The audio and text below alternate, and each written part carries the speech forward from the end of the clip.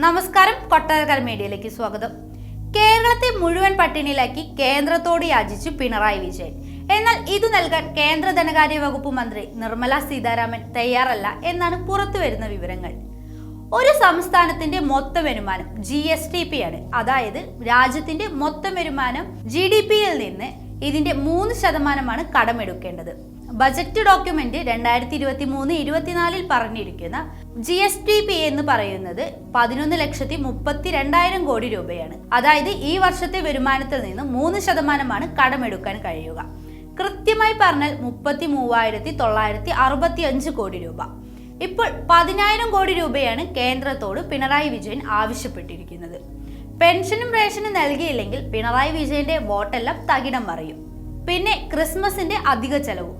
ഇങ്ങനെ ജനുവരി മുതൽ മാർച്ച് വരെയുള്ള 3,000 കോടി രൂപയിൽ നിന്നും അത്യാവശ്യമുള്ള തുക കടമെടുക്കാമെന്ന് കേന്ദ്ര ധനമന്ത്രി കൊടുത്ത പെർമിഷനിൽ 2,000 കോടി രൂപ കടമെടുക്കാൻ തീരുമാനിച്ചുകൊണ്ടാണ് RBIക്ക് പിണറായി വിജയൻ റിക്വസ്റ്റ് നൽകിയത്.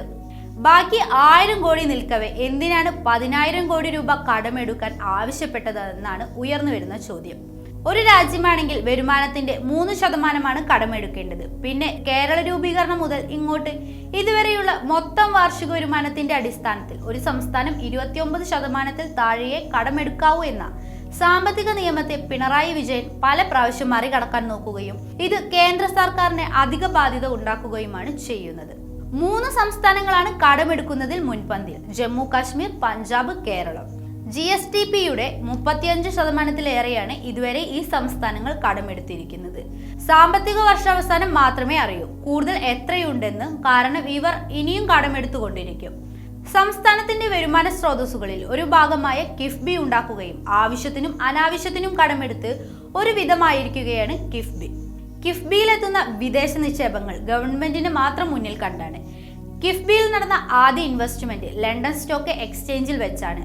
2,185 കോടി രൂപയാണ് കിഫ്ബിയുടെ ആദ്യ അക്കൗണ്ടിൽ നിക്ഷേപിച്ചത്. അതൊരു കനേഡിയൻ പെൻഷൻ ഫണ്ടായിരുന്നു. പക്ഷെ പലിശ നിരക്ക് എന്ന് പറയുന്നത് 9% ഇന്ത്യൻ രൂപ. അതായത് കൊടുക്കേണ്ടതിലും നേരെ ഇരട്ടി.